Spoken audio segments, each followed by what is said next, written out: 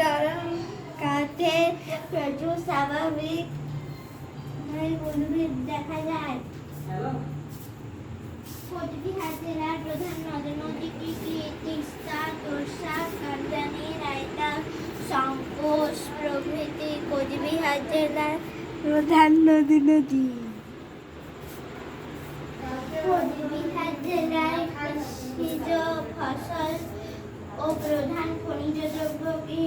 ধান, পাট, তামাক কোচবিহার জেলার প্রধান কৃষিজাত ফসল। আর ধান আর প্রধান খনিজ দ্রব্য হলো ডলোমাইট।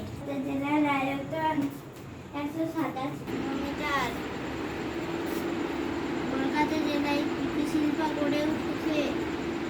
কলকাতা জেলায় নানা রকমের যন্ত্র